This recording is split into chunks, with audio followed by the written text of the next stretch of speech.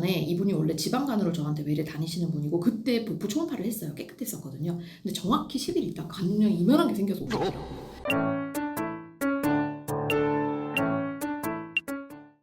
네, 여러분 안녕하세요. 간보는 의사원입니다.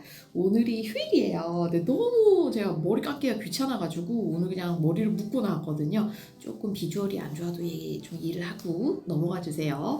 자, 오늘 랜선 진료실 시간은 또 여러 분들이 질문해 주셨는데 질문 수가 좀 많아서 짧고 빠르게 정리 좀 해보도록 하겠습니다.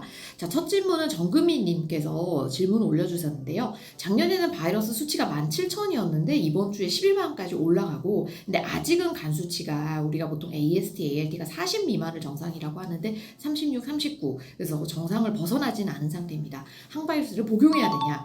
우리가 항바이러스제 복용에 있어서 또 하나 중요한 인자의 하나는 이분의 간이 얼마나 굳었냐, 간경화가 있냐거든요.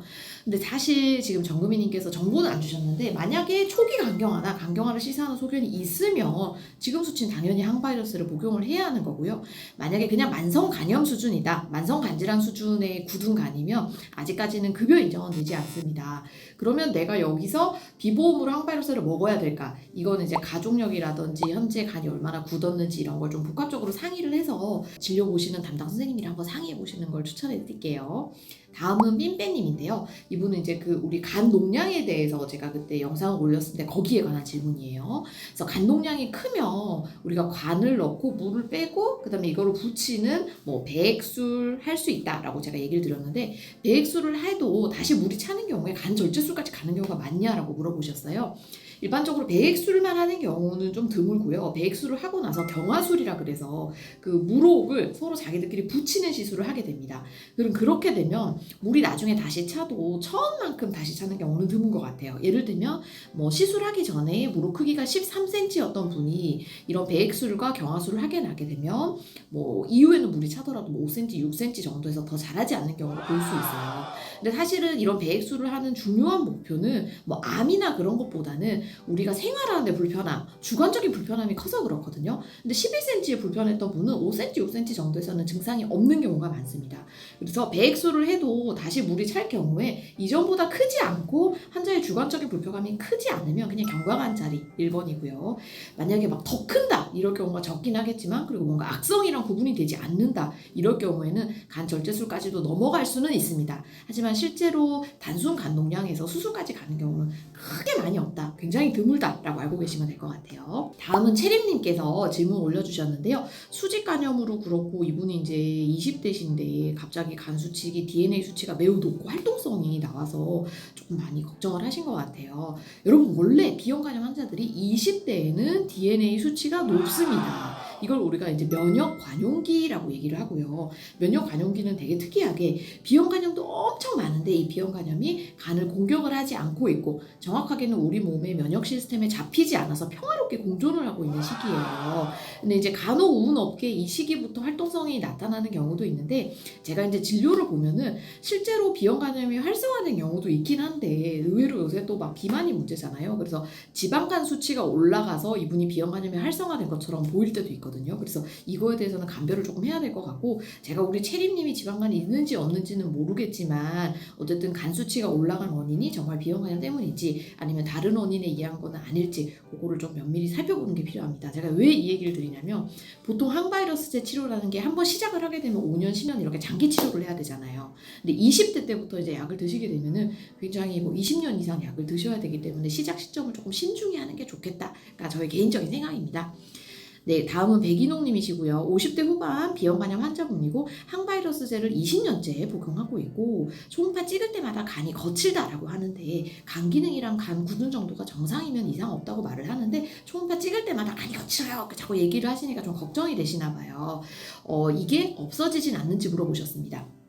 여러분 이거는 약간 제가 비유를 어떻게 할까 생각했는데 우리 나이가 들면 주름이 생기잖아요. 마찬가지로 간도 나이가 들면은 굳어가거든요. B형 간염이 있는 환자분들. 자, 근데 우리 주름이 있을 때 어떤 시술을 하죠? 보톡스를 하죠. 보톡스를 하면 주름이 일시적으로 없어지고 완화 속도를 낮춰줄 수는 있습니다만 주름을 아예 없애지는 못하잖아요. 항바이러스에도 간이 굳어가는 것과 그 다음에 간암이 생기는 것을 최대한 낮춰줄 수는 있는데 어떤 이런 자연경과 자체를 완전 획기적으로 바꾸기는 조금 힘든 부분이 있기는 합니다. 다만 우리가 항바이러스제를 드시고 초반 2년에서 한 5년까지의 경우에는 예를 들어 초기 간경화가 있던 분들이 이제 간경화에서 만성 간염 정도, 그리고 뭐 많이 굳은 뭐 F3 이런 분들이 F2로 가는 경우는 종종 보고는 되고 있어요. 근데 초음파에서 보여지는 이런 거칠거칠한 만성 간염 모양 자체가 애기간처럼 이렇게 정상화되는 경우는 굉장히 좀 드물기 때문에, 그리고 선생님 말씀하신 것처럼 살짝 이렇게 거칠어져 있어도 그런 간과 관련된 이벤트, 간경화로의 진행, 간암의 진행, 뭐 복수 이런 게 없다면 크게 문제는 되지 않거든요. 그래서 그냥 한기름 넣게 한기를 흘리세요. 우리가 초음파를 하는 가장 중요한 이유는 딴 게 아니라 간암이 생겼는지를 찾아보는 게 1번입니다. 물론 간이 굳은 것도 뭐 확인은 해야겠지만요. 다음은 이제 고요님께서 올려주셨는데, 이분이 이제 간농양에 40대 초반에 걸리셨대요. 옛날에는 간농양의 원인균이 우리가 대장균이 많았어요. 그래서 어디 뭐 담관에 뭐 시술을 했다든지 아니면 뭐 대장암이 있다든지 이럴 경우에 대장균이 이렇게 대장에서부터 간까지 올라오는 경우가 많았는데, 최근에는 간농양의 원인균이 클렙시엘라라는 균으로 거의 다 바뀌었습니다. 근데 이 클렙시엘라라는 균은 그런 위험 인자 없이도 꽤 많이 걸리는 것 같아요. 그래서 얼마 전에도 제가 16살짜리 고등학생이 간농양에 걸려가지고 깜짝 놀란 적이 있는데, 그래서 과거에 비해서는 위험 인자가 없는 분들이 꽤 간농양에 많이 걸리고 있고, 제가 이건 한번 궁금해서 직접 연구를 한번 했었는데, 기저적으로 당뇨가 있는 분들이 클렙시엘라 균이 좀 많이 걸리는 경향이 있고, 그럴 경우에 간농양이 온다, 뭐 이런 결과는 좀 나오는 것 같아요. 그래서 기저질환 없이도 생길 수는 있다. 따라서 기저질환이 뚜렷하지 않기 때문에 내가 생활습관을 뭔가 변경할 수 있는 건 없는 것 같습니다. 네, 그래도 대부분 한 번 걸리지 2번 걸리는 경우도 많이 드문 편이기 때문에 이번에 잘 넘기고 나면 회복하실 거예요. 다음은 고수영님께서 올리셨고요. 80세 어머니신데 간경병증의 중기를 넘으셔서 조금 이제 복수도 있고 뭐 우리가 소위 얘기하는 비대상성 간경병증이신 것 같아요. 근데 문제는 우리 어머니가 당뇨가 이제 같이 있습니다. 이게 간경화가 진행이 되면 당뇨가 떼놓을 수가 없어요. 이 이유가 우리가 간은 포도당을 머금었다가 풀어줬다가 머금었다가 풀어줬다 이런 중요한 장기 중에 하나거든요. 근데 이 비대상성 간경병증이 되면은 이런 포도당 대사작용이 아무래도 떨어지게 되기 때문에 예전에 당뇨가 없던 분들이 간 때문에 당뇨가 생기기도 하고, 아니면 예전에는 당뇨 전 단계였는데 이제 확 현성 당뇨로 오기도 하고 그렇습니다. 근데 이런 경우에 진짜 식사가 어려워요. 지금 우리 고수영님 말씀하신 것처럼 단백질을 많이 먹거나 뭐를 원래는 간만 봐서는 그렇게 해야 되는데 그렇게 했다가는 혈당이 또 조절이 안 되고, 그래서 저는 이런 분들 같은 경우에는 꼭 전문 영양사분, 병원에 계신 전문 영양사분한테 관리 내지는 교육을 받는 거를 추천을 드립니다. 이거 어려운 거 맞고요. 전문 선생님이랑 꼭 한번 상의를 좀 해보세요. 다음은 문경희님께서 또 간농양과 관련된 질문을 올려주셨어요. 갑자기 생길 수 있냐? 네, 갑자기 생깁니다.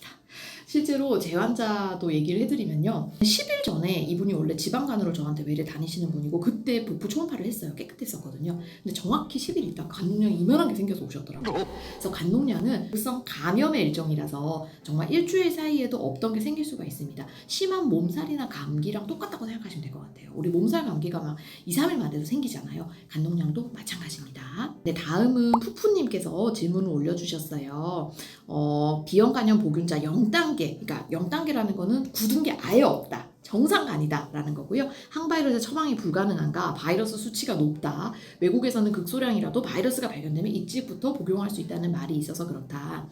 네, 일반적으로 이제 0단계고 바이러스 수치가 높은 거는 제가 초반에 얘기 드렸던 면역 관용기, 비형간염 환자의 면역 관용기일 가능성이 높습니다. 이 단계에서는 아직까지는 모든 가이드라인에서 비형간염에 대한 항바이러스제는 추천하고 있지는 않습니다.